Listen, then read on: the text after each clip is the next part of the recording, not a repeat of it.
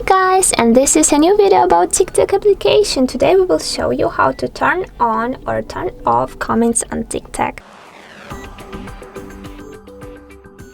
So let's go to this app. And right now, as you can check, we are on our profile page.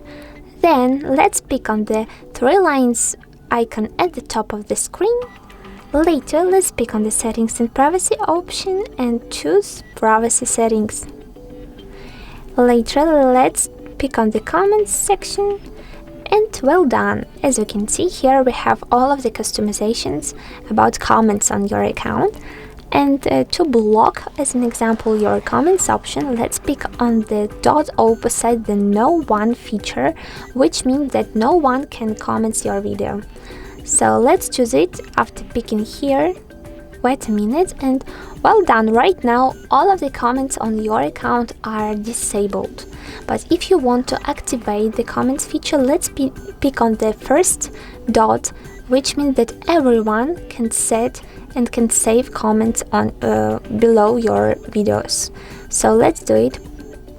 And to save these changes, let's tap on the arrow at the top of the screen, but don't forget about the friends option, which is possible too.